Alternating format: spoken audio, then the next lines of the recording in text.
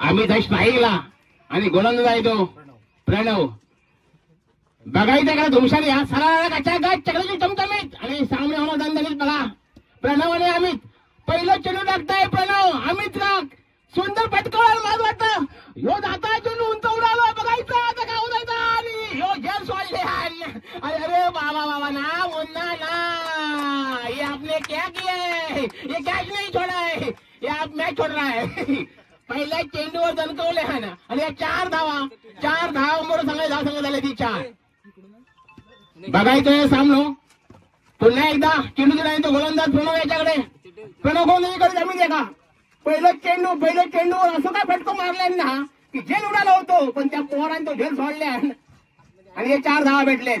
पुन्हा एकदा चेंडू दिला तो गोलंदाज प्रणव याच्याकडे. प्रणव गोलंदाजीकडे जमीन आहे का? बघायचंय प्रणव उठो अमित ह्यो दुसरा चेंडू काय करता बघायचंय.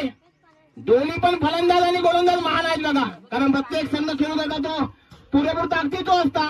दोन्ही मातबर खेळाडू असतात, नामवंत खेळाडू असतात. पुन्हा एकदा प्रणव अमित बघायचंय ह्यो चेंडू काय या चेंडूवरती धमाल करता अमित बघायचंय. पुन्हा एकदा चेंडू टाकताय गोलंदाज प्रणव. अमित आहे का? प्रणव उठो अमित पाहायचंय ह्यो चेंडू टाकलाय चेंडू पाहायचं. पुन्हा एकदा फेटकवलं ना अमित. माझं वाटतं हे चेंडू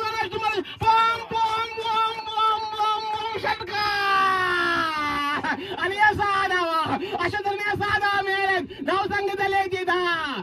दोनच चेंडू सामना मला धाव सांगण्यात आले 4.